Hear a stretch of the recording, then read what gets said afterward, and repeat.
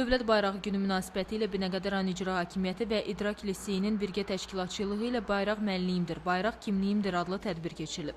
Tədbir iştirakçıları əvvəlcə müxtəlif dövrlərdə Azərbaycan ərazisində mövcud olmuş dövlətlərin, xanlıqların bərpa olunan bayraqları və məktəblilərin rəsm əsərlərindən ibarət sərgi ilə tanış oldular. Sonra qürur mənbəyimiz olan üç rəngli bayrağımızdan bəhs edən video çarxın nümayişi oldu.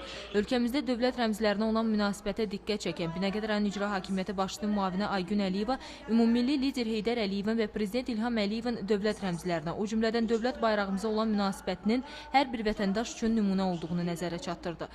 Əlamətlər gün münasibəti ilə təbriklərini çatdıran İdrak Liseyinin təsisçisi Mövsüm Alışov, Müdafiə Nazirinin zabiti Ramir Səfərov və millət vəkili Elman Nəsirov dövlət bayrağının yaranma tarixindən danışdılar. Vurğulandı ki, gün gələcək Prezident Silahlı Qüvvələrin Ali Baş Komandanı İlham Əliyevin qüdrətli siyasəti sayəsində işğal altında olan torpaqlarımız azad olunacaq və üç rəngli bayrağımız Qarabağda dalğalanacaq.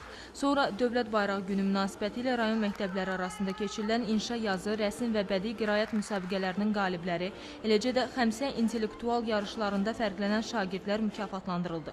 Tədbirin bədii hissəsində Respublikanın tanınmış incəsənət ustalarının ifasında üç rəngli Azərbaycan bayrağına həsr olunan şeirlər səsləndirildi. Rayonun yaradıcı gənclərinin ifasında təqdim olunan milli mahnılar və rəqslər, eləcə də Bakı Uşaq Teatrının nümayiş etdirdiyi üç rəngli Azərbaycan bayrağına həsr olunan vətən kompozisiyası iştirakçılar tərəfindən maraqla qarşılandı.